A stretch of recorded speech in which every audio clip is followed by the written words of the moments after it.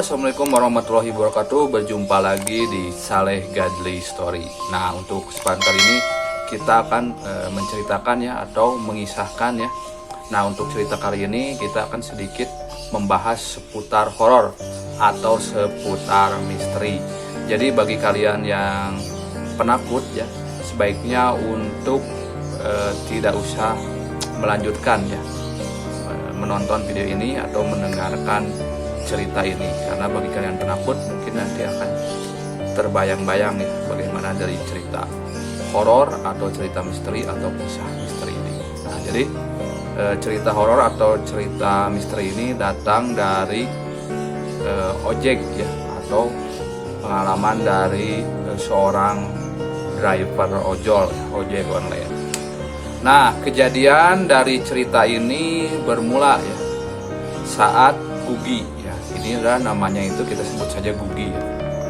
Saat Gugi mendapatkan tawaran sebuah pekerjaan baru di Pulau Dewata, Bali. Nah, jadi si Gugi ini mendapatkan ada tawaran pekerjaan baru di Pulau Dewata, Bali.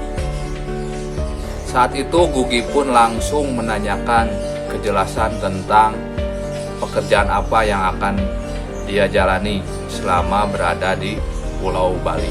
Nah, secara singkat ya, Gugi dijelaskan akan bekerja sebagai driver ojek online di Pulau Bali.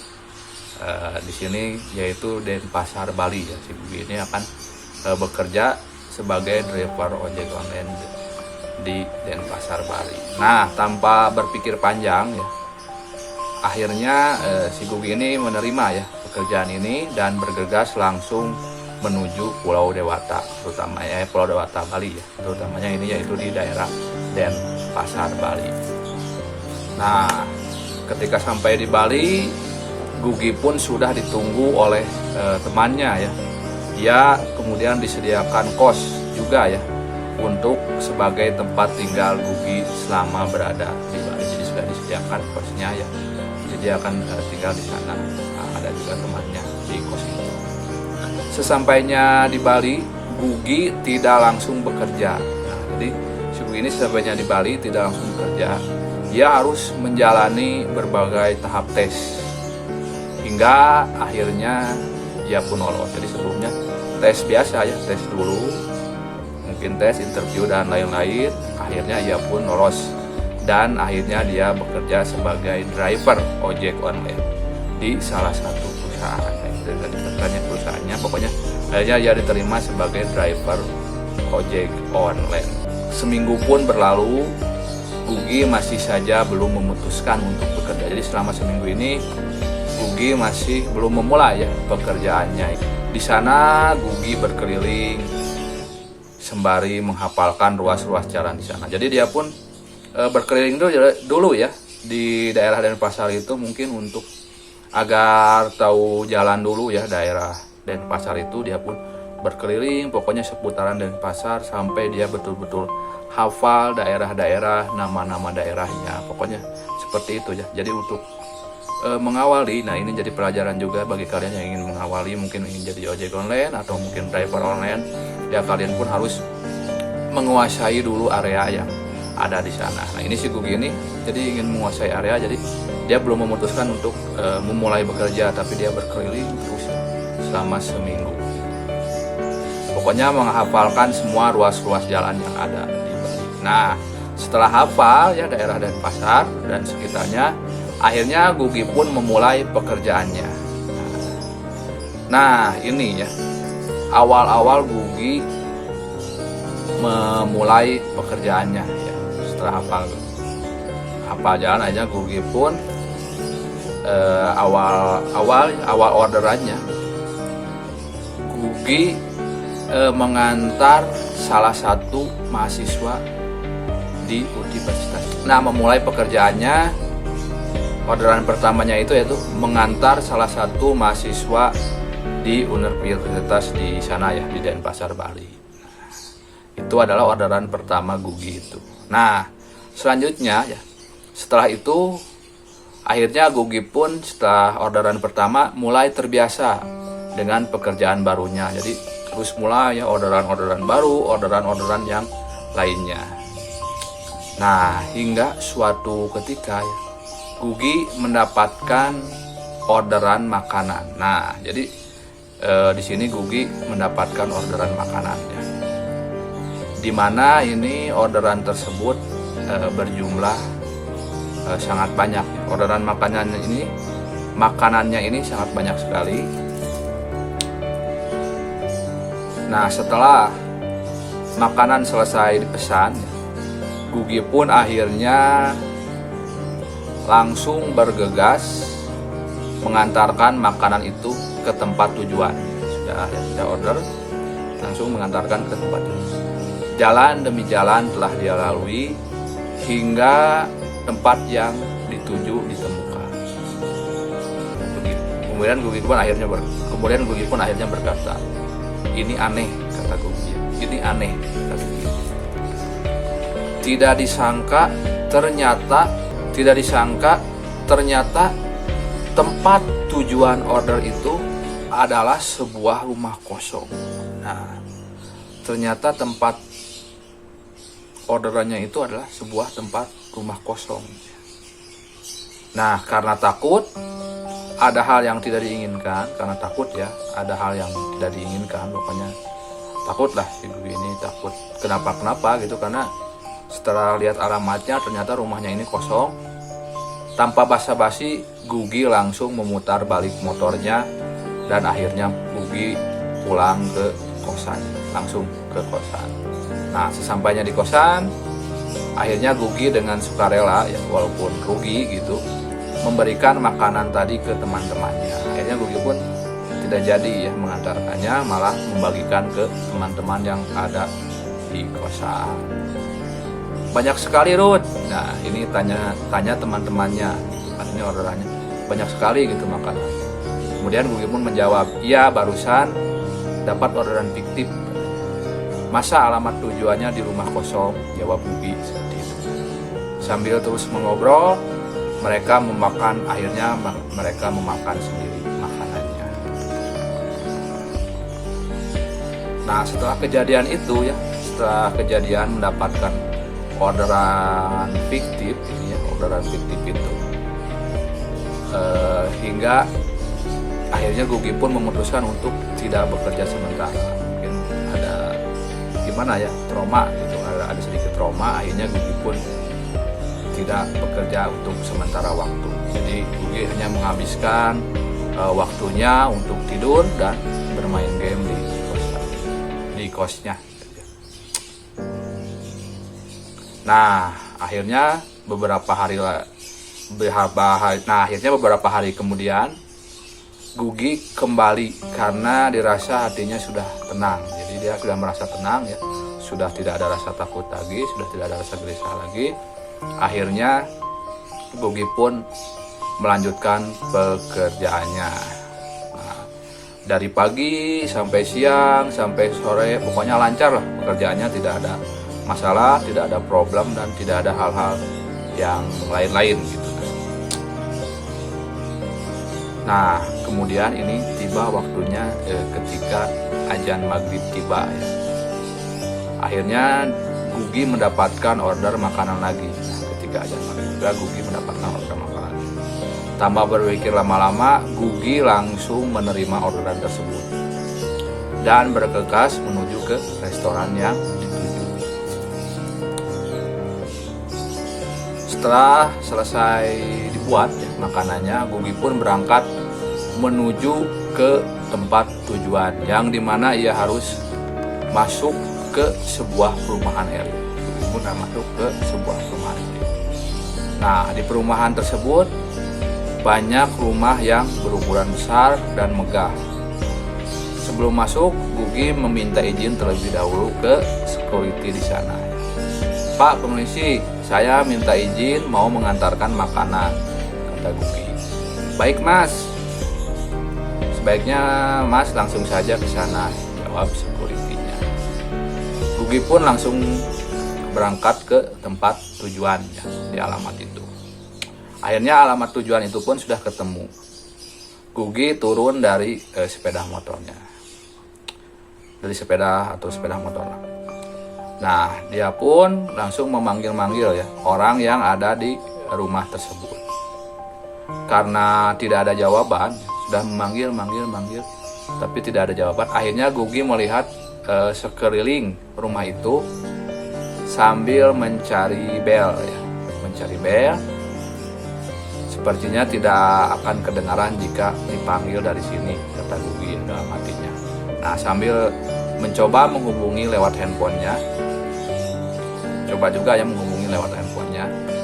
Gugi kemudian menemukan bel rumahnya ya, di pojok dekat gerbang rumah. Gugi pun menghampiri bel tersebut dan menekannya hingga terdengar suara dari dalam. Nah, Gugi pun menghampiri bel tersebut, menekannya hingga terdengar akhirnya suara dari dalam. Halo Pak, sudah di mana? Ternyata telepon Gugi sudah diangkat dan menanyakan keberadaan Gugi. Nah, ternyata akhirnya yang order ini sudah ngangkat. Sudah di depan rumahnya, Pak, jawab Gugi. Nah, oh ya udah Pak, saya keluar dulu, kata customer tersebut. Akhirnya Gugi mencoba menunggu. Tidak lama kemudian, tidak berselang lama,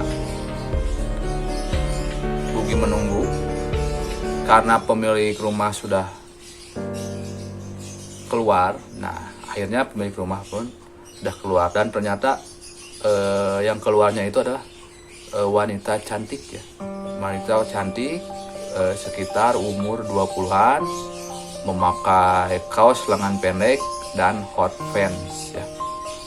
Celana pendek, memakai pokoknya cantik lah, seksi, cantik, seksi, muda. Pokoknya siapa yang akan tidak tergoda dengan wanita cantik umur 20-an ini. Mbak Cici ya? Tanya Gugi. Iya Mas, ini uangnya, jawab Cici. Namanya Cici yang menerima orderannya. Waduh, saya tidak ada kembaliannya Pak, kata Gugi. Loh, ya udah kalau gitu saya ambil uang pas dulu ya Mas, jawab cewek itu ya, Cici ini. Pokoknya wah, pakaiannya kaos lengan pendek, memakai hot pants, tahu kan seperti apa sih? Pokoknya menggiurkan ya di para pria, terutama pria hidung belang. Nah, oke. Nah, sebelum Cici kembali, Cici memberikan makanan agar sekalian dibawa masuk oleh Cici ya. Sebelum Cici kembali, Gugi memberikan makanannya agar sekalian dibawa masuk oleh Cici. Nah, sebelum Cici kembali, tunggu sebentar ya Mas, kata Cici sambil berjalan masuk ke rumahnya. Nah, Cici terus berjalan cepat dengan sedikit lari kembali ke rumahnya. Cici sengaja tidak menutup kembali gerbang rumahnya. Sambil menunggu Cici mengambil uang pas, Gugi pun mencoba melihat isi rumah yang sangat bagus dan megah. Bagus banget rumahnya, kata Gugi dalam hatinya. Di dalam gerbang terdapat taman dan di tengahnya terdapat air mancur yang indah. Sekitar 15 menitan menunggu ya. Namun Cici masih saja belum keluar ya. Karena capek berdiri, Gugi pun memutuskan untuk duduk di sebuah kursi yang terbuat dari semen dan batu bata di dekat gerbang. Lama Gugi menunggu, hampir sudah 30 menit. Hingga akhirnya Gugi memutuskan untuk memanggil Cici dari luar gerbang. Kalau dipikir pakai logika, Gugi sangat percuma memanggil Cici karena jarak antara gerbang ke depan rumahnya itu jauh sekali. Jadi ini benar-benar rumah mewah ya. Entah mengapa si Gugi ini lupa jika di situ ada bel rumahnya. Dia sampai kelupaan bahwa ada bel rumah, harusnya dia memencet bel lagi. Saat Gugi memanggil-manggil si Cici, tiba-tiba dia dikagetkan oleh security yang menepuk pundaknya. Mas, ngapain manggil-manggil orang di dalam sana? Tanya security. Sambil menoleh ke arah Pak Security, Gugi menjawab, "Mbak Cici pesan makanan lewat ojol, Pak. Sebentar, Mas, sini dulu," kata security itu.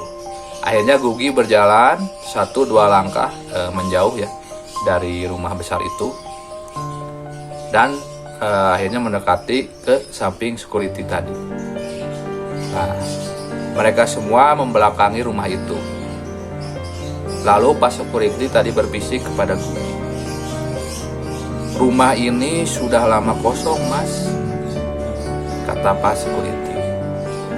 Langsung Gugi pun menjawab, "Mana mungkin, Pak," jawab Gugi, yang tidak percaya dengan perkataan security. Gugi tidak percaya, "Mana mungkin, Pak?" "Ya, Mas, pemilik rumah ini sudah meninggal dunia.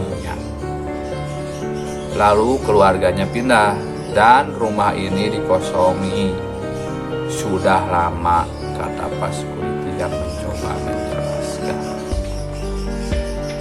Nah, jadi ternyata rumah ini rumah kosong. "Kok bisa, Pak? Tadi itu banyak keluar. Dia ngambil makanannya. Karena uang yang dikasihkan nominalnya besar. Jadi saya minta diambilkan uang pas saja," kata Gugi. "Coba sampean lihat ke belakang, Mas. Itu rumah kosong," kata security itu dengan nada yang sedikit menekan. Gugi akhirnya menoleh ke belakang lagi.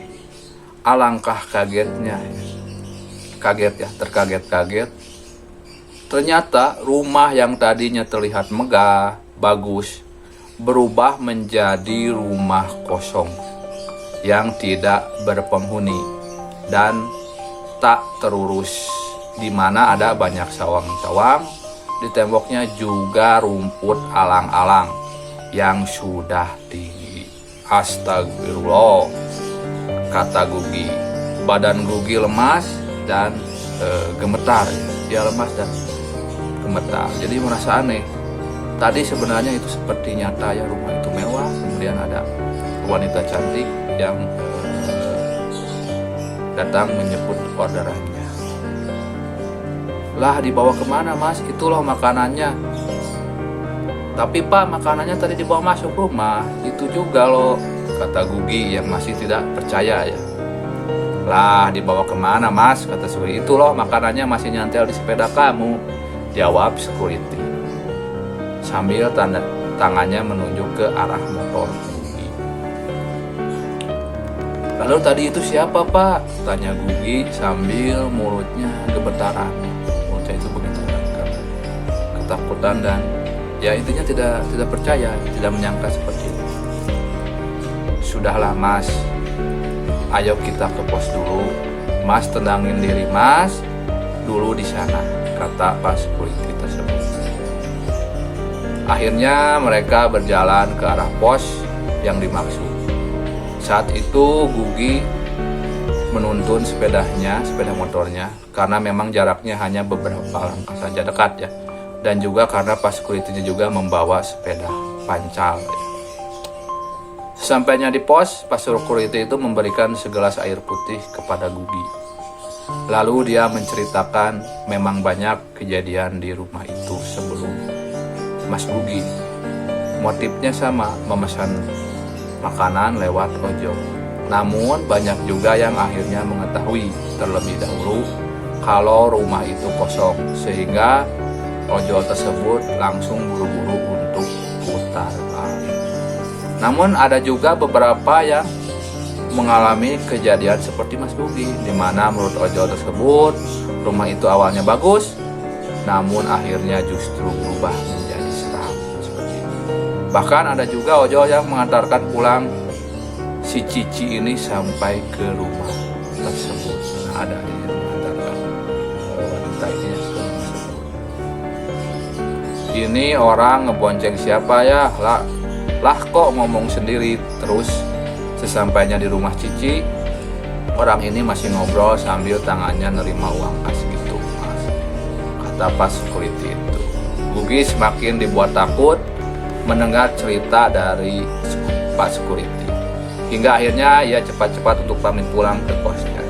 dan menaruh makanan pesanan Cici itu di pos tersebut. "Ini buat bapak sama temennya aja," kata Gugi sambil memberikan makanan hasil dari pesanan Cici tadi.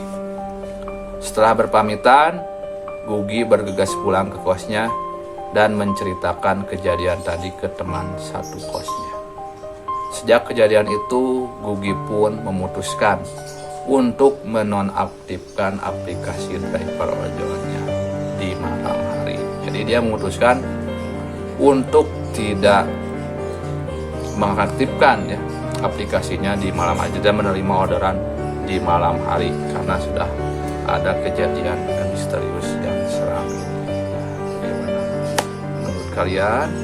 Mungkin kalian juga pernah mendengar kisah-kisah seperti ini atau kalian sendiri yang mengalami hal-hal mistis seperti ini. Jadi tetaplah berhati-hati dan kuatkanlah iman kalian ketika kalian para driver online menerima orderan di malam hari.